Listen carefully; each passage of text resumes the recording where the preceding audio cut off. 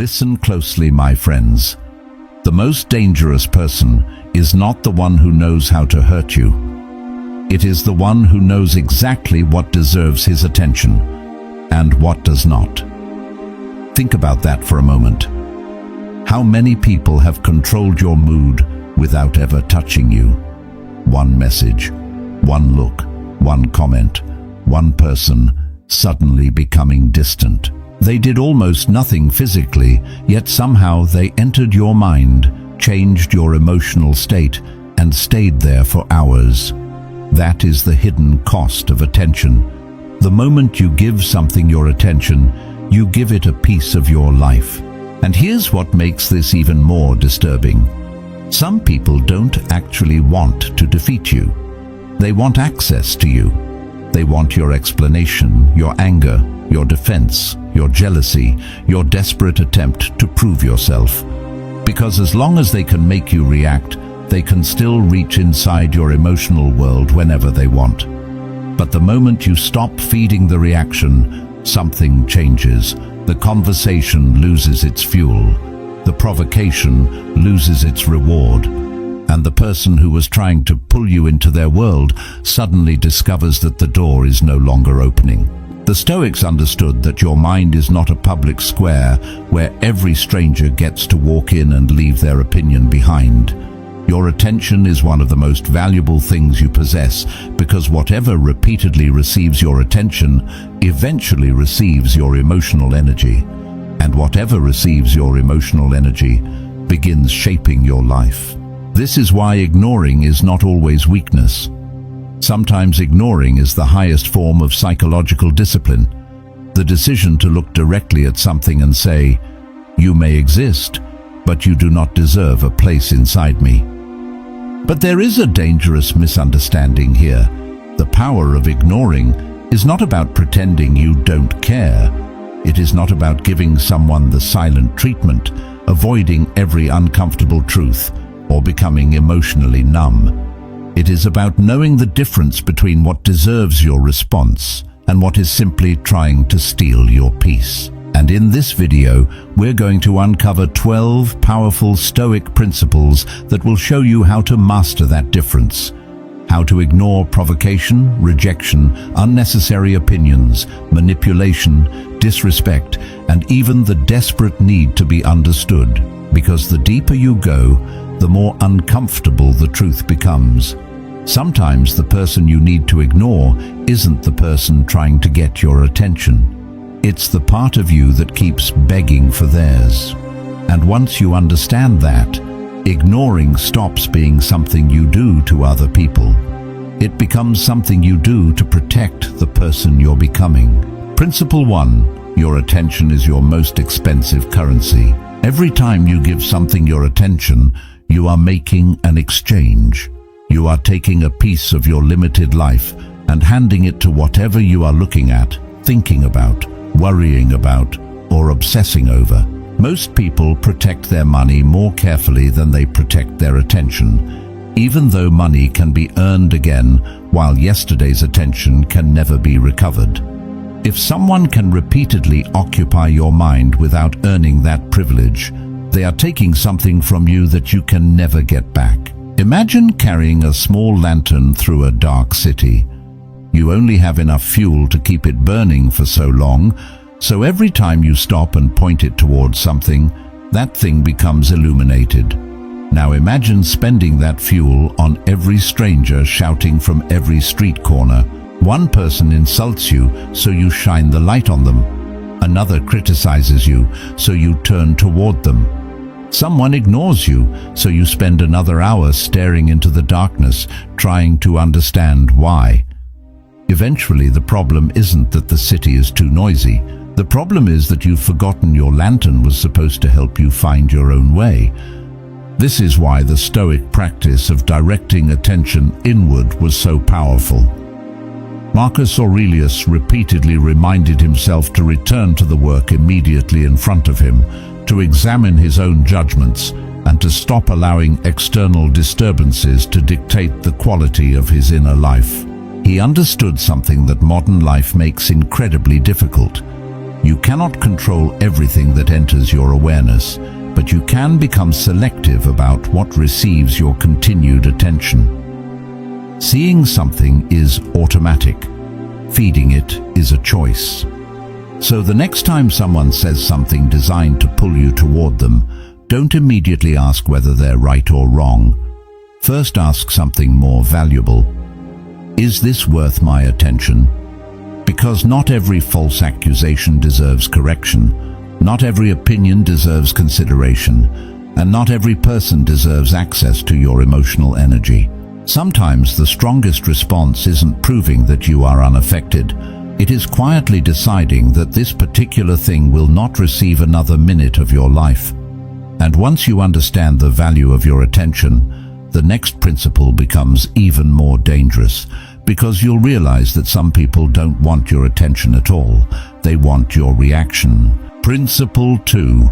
Starve the provocation, and it dies. Some people are not looking for a conversation. They are looking for a reaction. They say the thing they know will irritate you, delay the reply because they know you'll overthink it, make a small insult, and then watch to see whether you defend yourself. Their real reward is not the words they said. It is the emotional movement they can create inside you. The moment you understand that, you stop asking, "How do I win this interaction?" and start asking, "Why am I feeding it at all?" Think of provocation like a fire built from attention. A spark by itself cannot burn through an entire house. It needs something to consume. Your anger becomes the fuel. Your explanations become the oxygen. Your repeated replies become the hands constantly feeding the flames. You think you're fighting the fire, but every emotional response is giving it another reason to stay alive. Sometimes the fastest way to defeat a provocation is not to extinguish it. It is to stop supplying it with anything that allows it to grow. This is where ignoring becomes fundamentally different from weakness. Weakness avoids a confrontation because it is afraid of what might happen. Disciplined ignoring sees the confrontation clearly and decides that participating would cost more than it is worth. You can recognize disrespect without becoming disrespectful. You can notice manipulation without exposing every thought in your head. You can hear an insult without turning it into a personal mission. Your silence is no longer an absence of courage. It becomes evidence that someone else's behavior does not automatically determine yours. And there is a deeper psychological shift that happens when you stop reacting. The person who was trying to provoke you is forced to face something they didn't expect. Their control was never inside their words. It was inside your participation. Remove the participation, and suddenly the entire dynamic changes. They may try harder, they may become louder, they may accuse you of not caring, but that can be the final test, because if you break your silence simply to prove that you don't care, you've still allowed them to choose your behavior. So the next time someone throws a verbal hook toward you, don't rush to bite it just because you can see it. Watch it fall. Let the moment become uncomfortable without rescuing it with your reaction. You don't have to destroy every invitation to conflict. Sometimes you become powerful simply by refusing to attend. And once you learn to starve other people's provocations, you'll be ready for something much harder. Learning to ignore the opinions that quietly control you, even when nobody is standing in front of you. Principle 3. Stop explaining yourself to people committed to misunderstanding you. There is a point where explaining yourself stops being communication and becomes self-abandonment. You explain why you said it, why you did it, what you actually meant, what they misunderstood, what happened before, what happened after, and still they find another accusation. At that moment, you're no longer trying to be understood. You're trying to obtain permission to feel innocent in someone else's eyes. And that is a dangerous place to live, because the moment your peace depends on another person's understanding, You have handed them authority over your emotional state. Imagine standing in front of a locked door, explaining yourself to someone who has already decided not to open it. You bring evidence. You bring memories. You bring sincerity. You explain every detail with increasing desperation, believing that if you just find the perfect sentence, they'll finally understand. But the door doesn't move because the problem was never your explanation. The person on the other side simply didn't want to understand.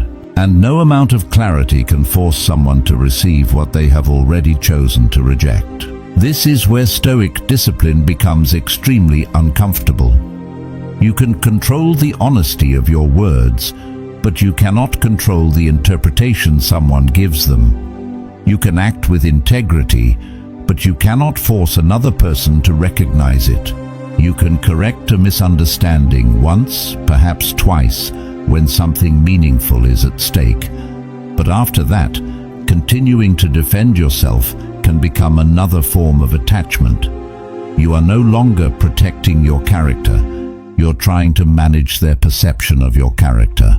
Those are two completely different responsibilities. Think about how much energy people waste trying to prove they are not the person someone else has decided they are. A friend misunderstands you, so you write paragraphs. A stranger criticizes you, so you defend your entire life. Someone leaves angry, so you chase them for closure. And beneath all of it is the same hidden hunger. Please see me correctly. But what happens when they never do? Do you spend the rest of your life presenting evidence, or do you finally accept that your character can survive someone's misunderstanding of it? There is immense freedom in realizing that you don't need to win every person's interpretation of you. Let them misunderstand what they are determined to misunderstand. Let them tell a version of the story that makes sense to them. Your responsibility is not to control the narrative inside someone else's head. Your responsibility is to make sure your own behavior is worthy of the person you claim to be. And when you can walk away from a misunderstanding without desperately chasing correction, you discover a form of peace most people never experience. Because sometimes the strongest sentence you can say is nothing at all, not because you have been defeated, but because you finally understand that your character does not become less true simply because someone refuses to see it.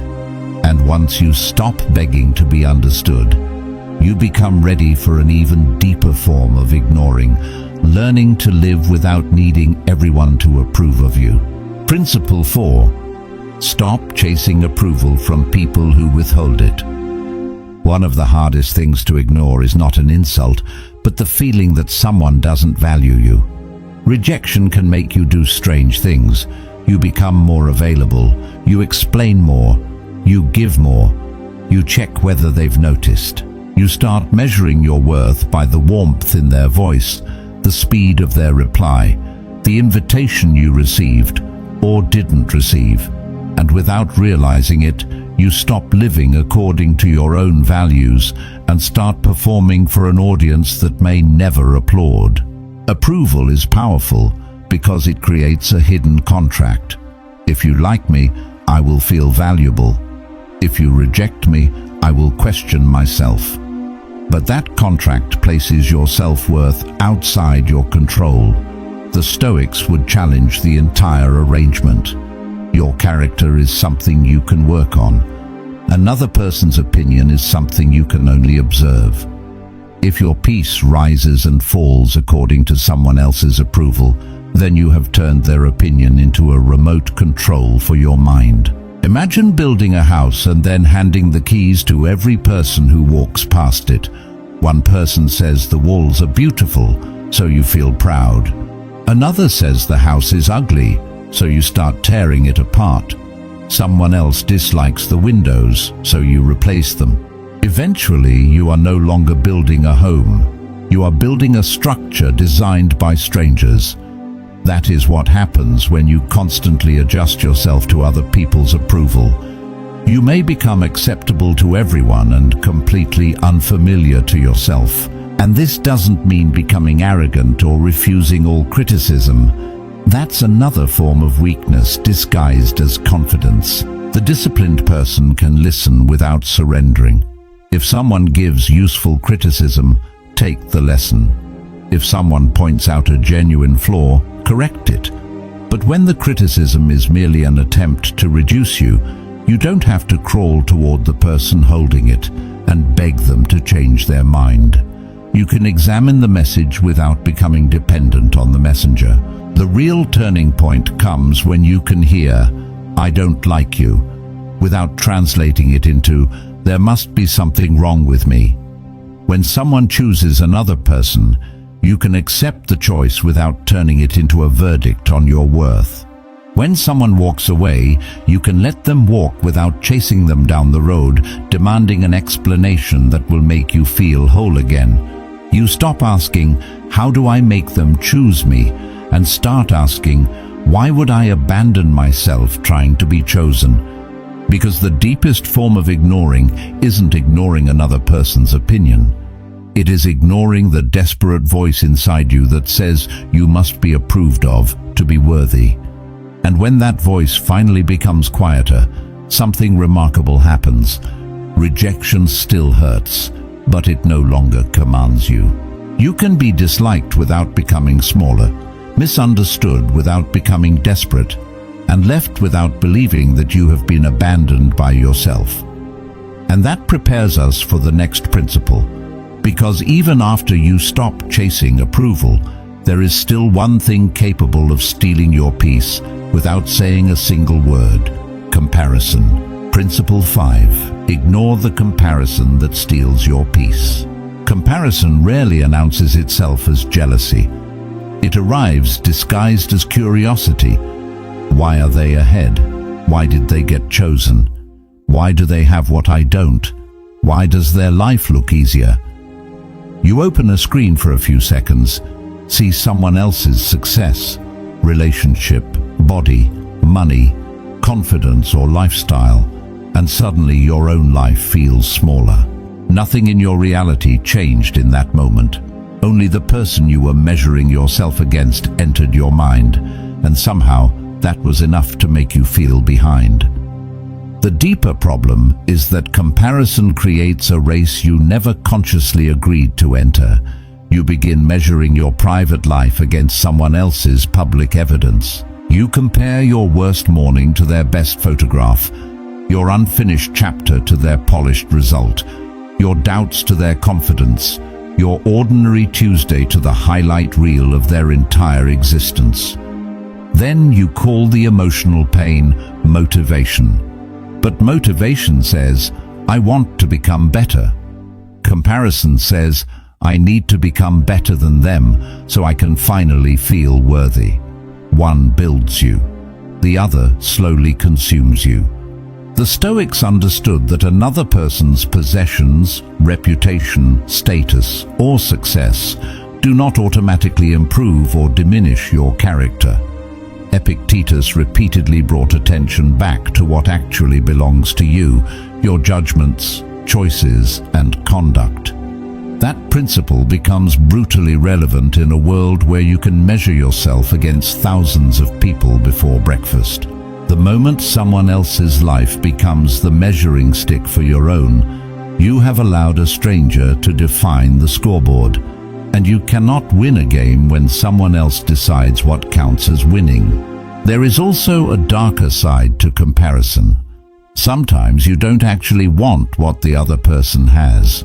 You want what you imagine having it would make you feel. You think you want their money, but maybe you want security.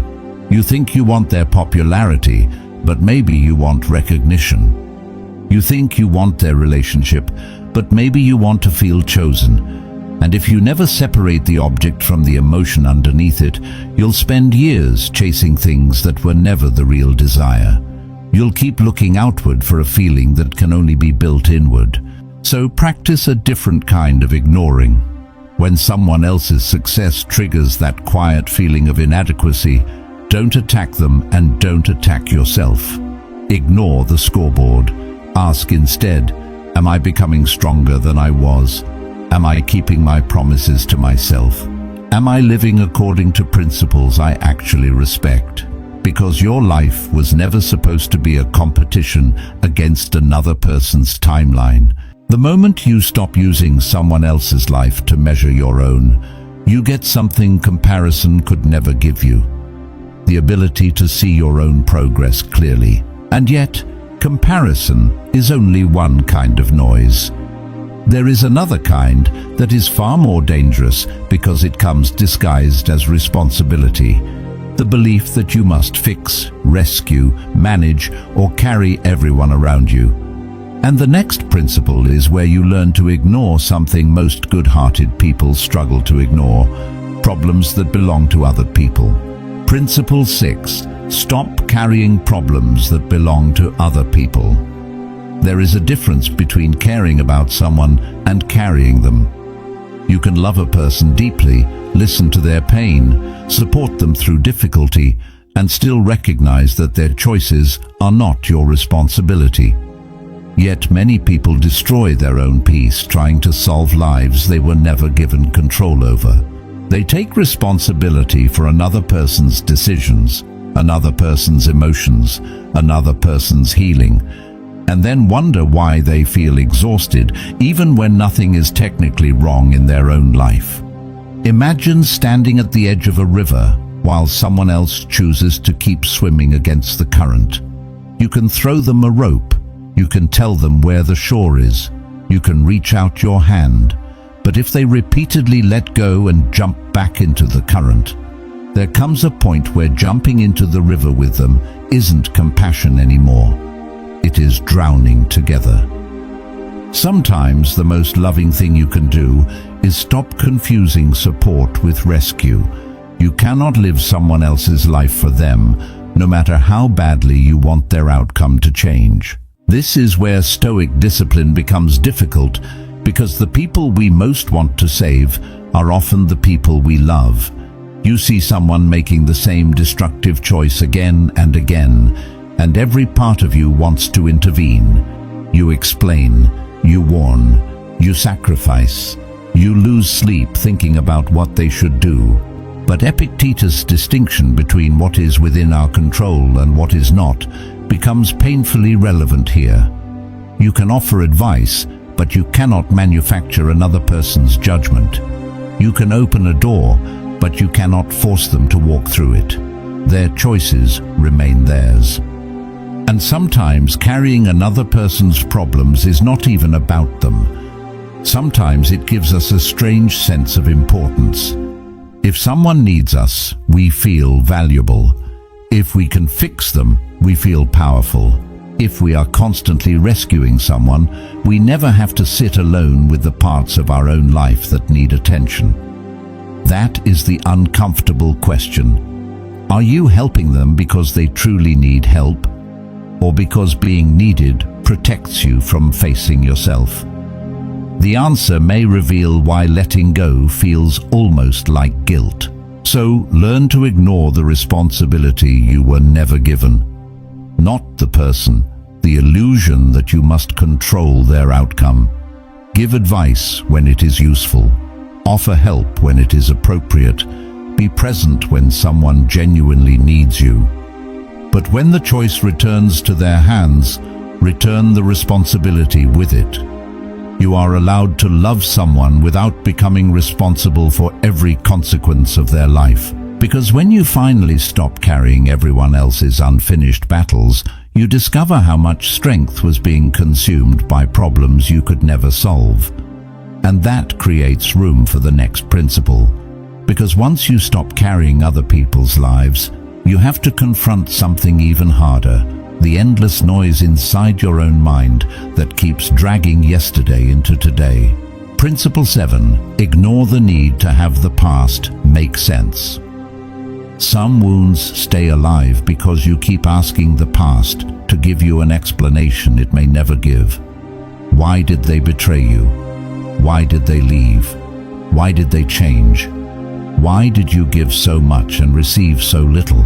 You replay the same scene from different angles, hoping that one more analysis will finally produce an answer that makes the pain feel justified. But sometimes the past doesn't become peaceful because you finally understand it. It becomes peaceful because you finally stop demanding that it explain itself to you. Imagine carrying a broken clock because you are waiting for it to tell you what time it would have been if it had never stopped. You keep checking it, turning it over, examining the hands, remembering the exact moment it broke. But the clock isn't going to move backward. And every hour you spend trying to repair yesterday is an hour you are refusing to live today. This is what rumination does. It disguises itself as problem solving while quietly keeping you emotionally attached to something that no longer exists. The Stoic approach is not to deny what happened. It is to separate the event from your continued participation in it. You cannot rewrite the betrayal, but you can decide whether betrayal becomes the lens through which you see every future relationship. You cannot make someone apologize sincerely, but you can decide whether their apology is required before you allow yourself to heal. You cannot return to the moment before the mistake, but you can decide what the mistake will produce in the person you become. The past can explain you without being allowed to command you. And there is something even deeper here. Sometimes we keep revisiting the past because anger gives us a sense of connection to what we lost. As long as you're angry, you still feel involved. As long as you're seeking an explanation, the relationship, betrayal, rejection, or injustice still occupies a living space inside you. Letting go can feel frightening because it seems like you're finally admitting that the chapter is over.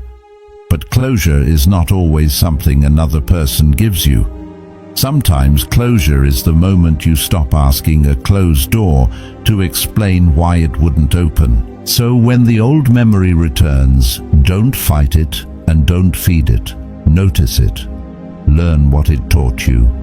Then bring your attention back to the life that is actually happening.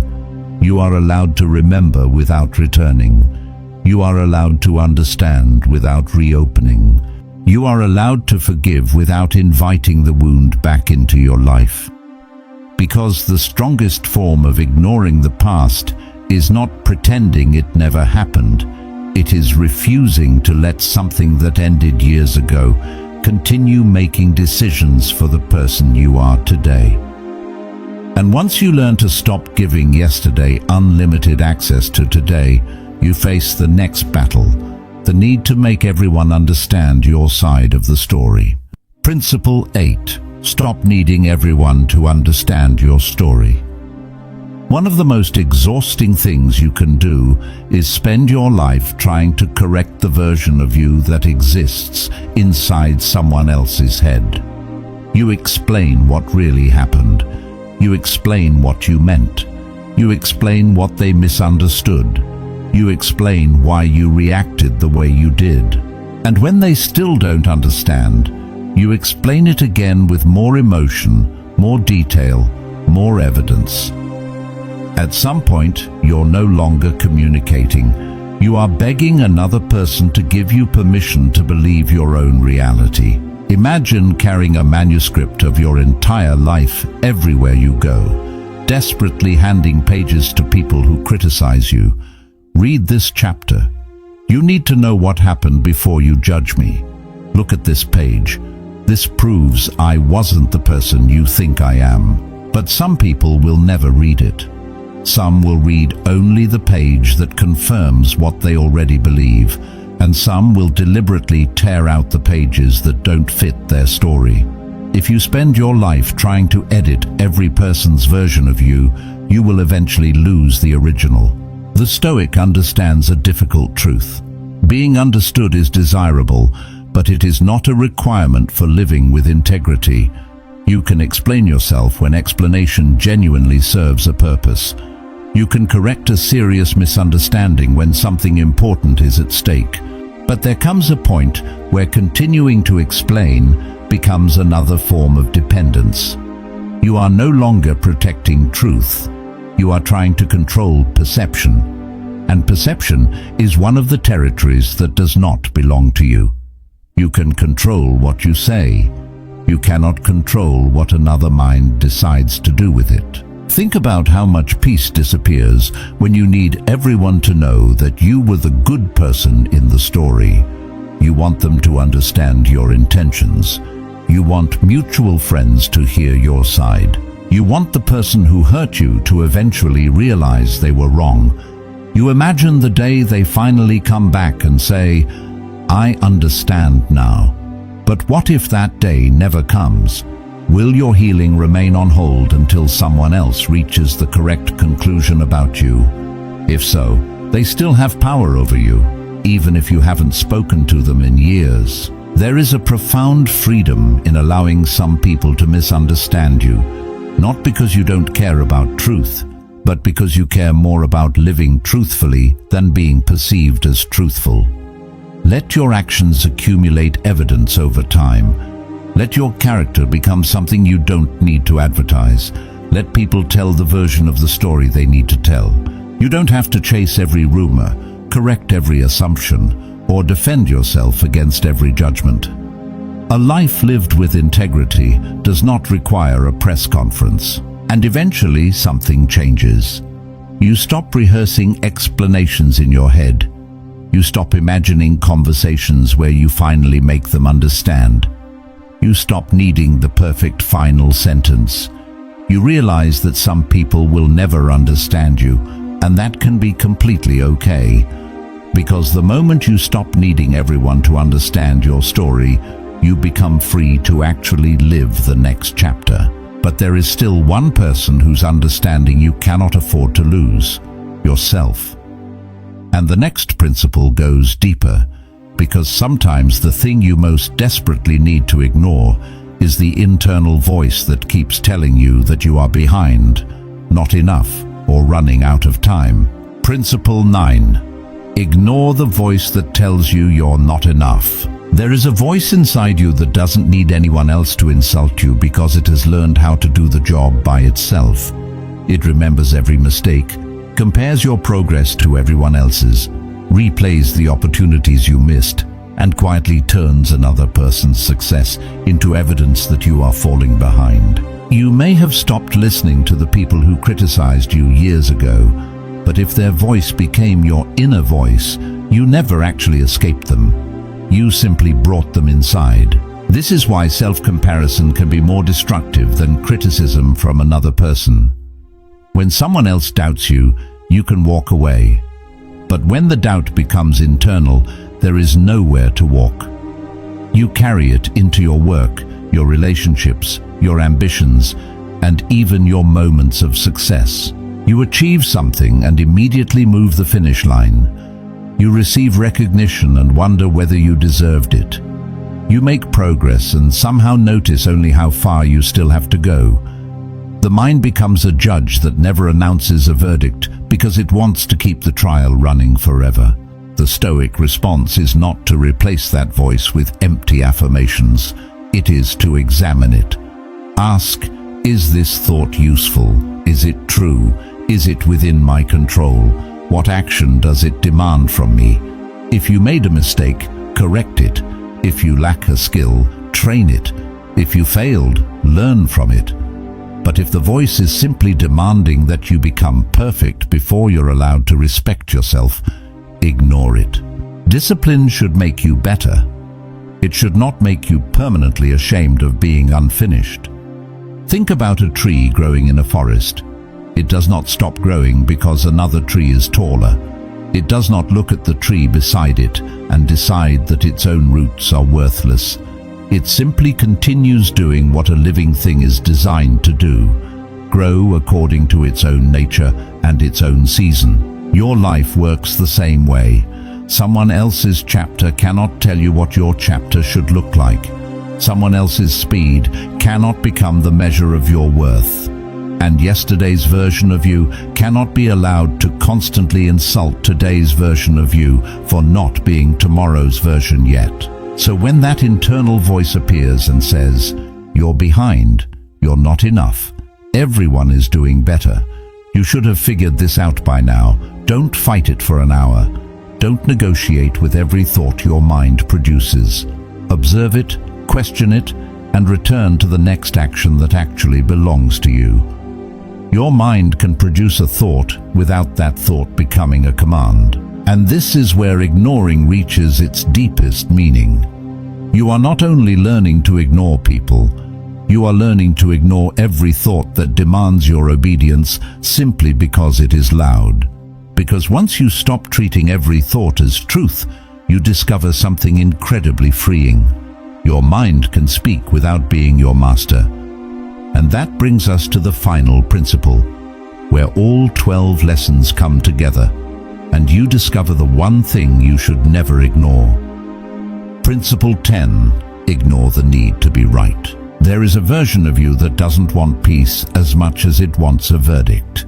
It wants the other person to admit they were wrong, apologize in exactly the right words, understand exactly how badly they hurt you, and finally acknowledge that you were right all along.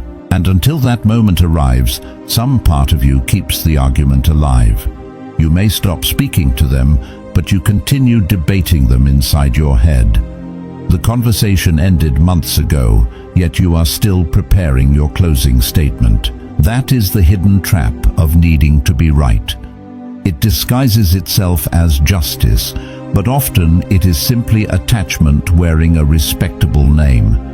You tell yourself, they need to understand what they did, but sometimes what you really mean is, I need them to validate my pain before I'm willing to release it. And that gives them a power they may not even know they possess. If another person's admission is required before you can feel at peace, your peace is still waiting in their hands. Imagine two people standing on opposite sides of a bridge, each shouting that the other should cross first. Neither wants to move because moving feels like surrender. Hours pass, then days. Eventually they aren't even fighting about where the argument began. They are fighting to avoid being the person who appears to have lost. How many relationships have died on bridges like that? Not because the original disagreement was impossible to solve, but because both people valued being right more than they valued being free. The Stoic question is not, how do I prove my position? It is, what does this situation require from my character? Sometimes that means speaking. Sometimes it means setting a boundary. Sometimes it means admitting you were wrong. And sometimes it means walking away from an argument where victory would only purchase another hour of bitterness. Strength is not always defending your position. Sometimes strength is being secure enough in yourself that you don't need another person to lose for you to feel whole. This is especially powerful when someone deliberately misunderstands you. You can spend enormous energy constructing the perfect argument, searching for evidence, remembering details, and imagining the moment they finally surrender and say, "You're right." But what happens if they never do? You have two choices. Spend your life waiting for a verdict, or give yourself permission to leave the courtroom. The second choice feels impossible until you realize that peace does not require a confession from the person who disturbed it. So learn to ignore the need to win every invisible battle. Be willing to be misunderstood. Be willing to leave some arguments unfinished. Be willing to let someone believe they won if winning means they get to keep you emotionally trapped. You don't have to win the conversation if you can win your freedom from it. And once you understand that, you're ready for the final principle, because after learning what to ignore, you must finally learn what is too important to ever ignore. Principle 11. Ignore the noise, but never ignore your values. The most dangerous mistake people make with ignoring is believing that peace means becoming indifferent to everything. It doesn't.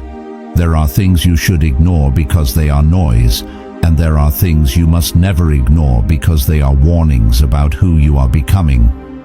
If someone insults your ego, let it pass. If someone challenges your comfort, examine it. If someone attacks your character unfairly, you don't need to collapse. But if your own conscience tells you that you've crossed a line, silence is no longer strength. It is avoidance. Think of your values as a compass in a storm. The wind can scream from every direction, people can shout different instructions, and the waves can make the horizon disappear, but the compass remains quiet. It doesn't argue with the storm. It simply tells you where you are facing. Your principles work the same way. You don't need to react to every voice around you, because you already know what kind of person you refuse to become. And that certainty makes ignoring possible without becoming careless. This is where true Stoicism separates itself from emotional numbness. The Stoic doesn't say, "Nothing matters." He asks, "What actually matters?" Your reputation may matter less than your integrity.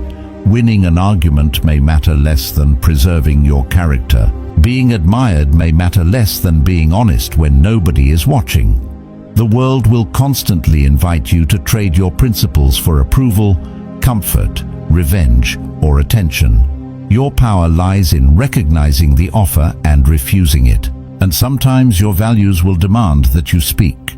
Sometimes ignoring would be cowardice disguised as calm. If someone is being genuinely harmed, if a boundary must be established, if you have done something wrong, or if silence would make you complicit in something you know is wrong, then you don't hide behind the word Stoicism. Courage is not always silence. Sometimes courage is saying what needs to be said without hatred, ego, or the need to dominate. The goal isn't to become passive, the goal is to become deliberate. So before you ignore something, ask yourself one question. Am I ignoring this because it is beneath my attention, or because I'm afraid to face it? That question can expose the difference between wisdom and avoidance. If it is noise, release it. If it is a lesson, learn it. If it is a boundary, enforce it. If it is a moral responsibility, face it. Ignore the distractions, but never ignore the person you are becoming. Because after all these principles, we arrive at the final truth. The greatest power of ignoring isn't learning how to ignore other people.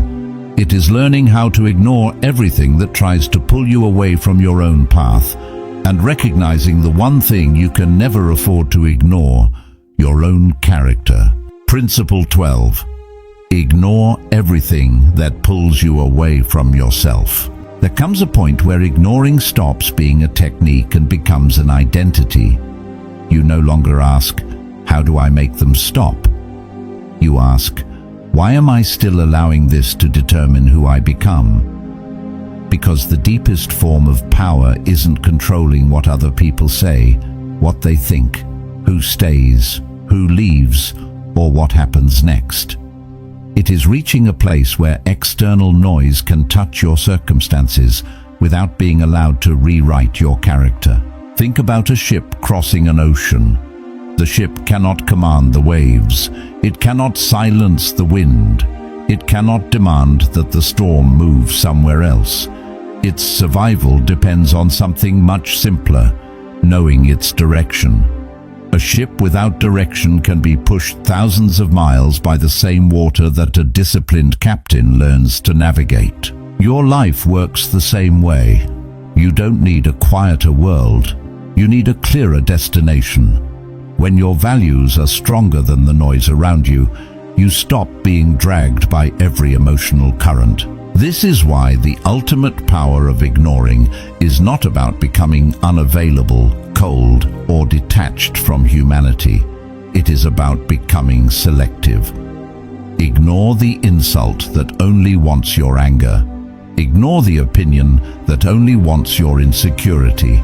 Ignore the rejection that tries to convince you that you're worthless. Ignore the comparison that tells you someone else's timeline is your failure. Ignore the urge to explain yourself to people who have already chosen their judgment. But don't ignore your mistakes. Don't ignore your conscience. Don't ignore the people you genuinely love, and never ignore the person you are becoming, because every day you are voting for a version of yourself. Every reaction is a vote. Every boundary is a vote. Every time you walk away instead of chasing validation, you are voting for self-respect. Every time you choose discipline over impulse, you are voting for strength. Every time you refuse to give your attention to something meaningless, you are taking another piece of your life back. And eventually, these small decisions stop feeling like decisions. They become your character. Maybe that's the real secret nobody tells you about ignoring. You don't ignore people to make them feel powerless. You ignore what is trying to control you so that you can remain powerful over yourself. You stop chasing the last word because your peace is worth more than being right.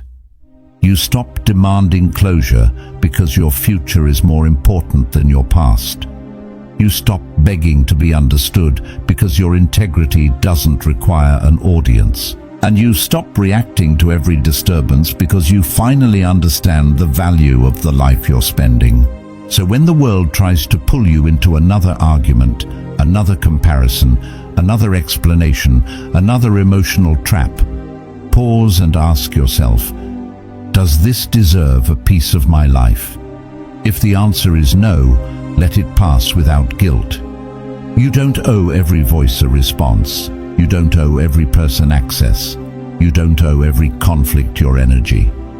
Your attention is your life, and learning what not to give it to may be one of the most powerful forms of self-mastery you will ever develop. At the end of these 12 principles, remember this: the power of ignoring was never about ignoring people. It was about refusing to give everything access to your mind. You don't have to answer every insult, chase every person, correct every misunderstanding, or carry every problem. Your attention is your life, and every time you choose what deserves it, you take another piece of your life back. So ignore the noise, release what you cannot control, protect your values, and stop giving your peace away for reactions that will mean nothing tomorrow. You don't become powerful when you control everyone around you. You become powerful when nothing outside you can easily control who you are.